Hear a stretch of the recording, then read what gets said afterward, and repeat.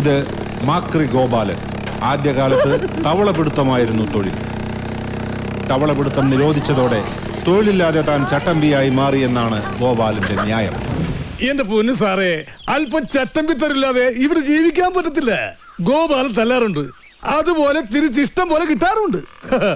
നമ്മൾ മാത്രം മര്യാദക്കാരായി ജീവിച്ചാലേ തല്ലുകൊണ്ട് തൂറി മെഴുകത്തേ ഉള്ളൂ. Okay. സാറേ, മുഴുവൻ കഴിഞ്ഞിട്ടില്ല എന്റെ സംഭാഷണം. അത്ര മതി.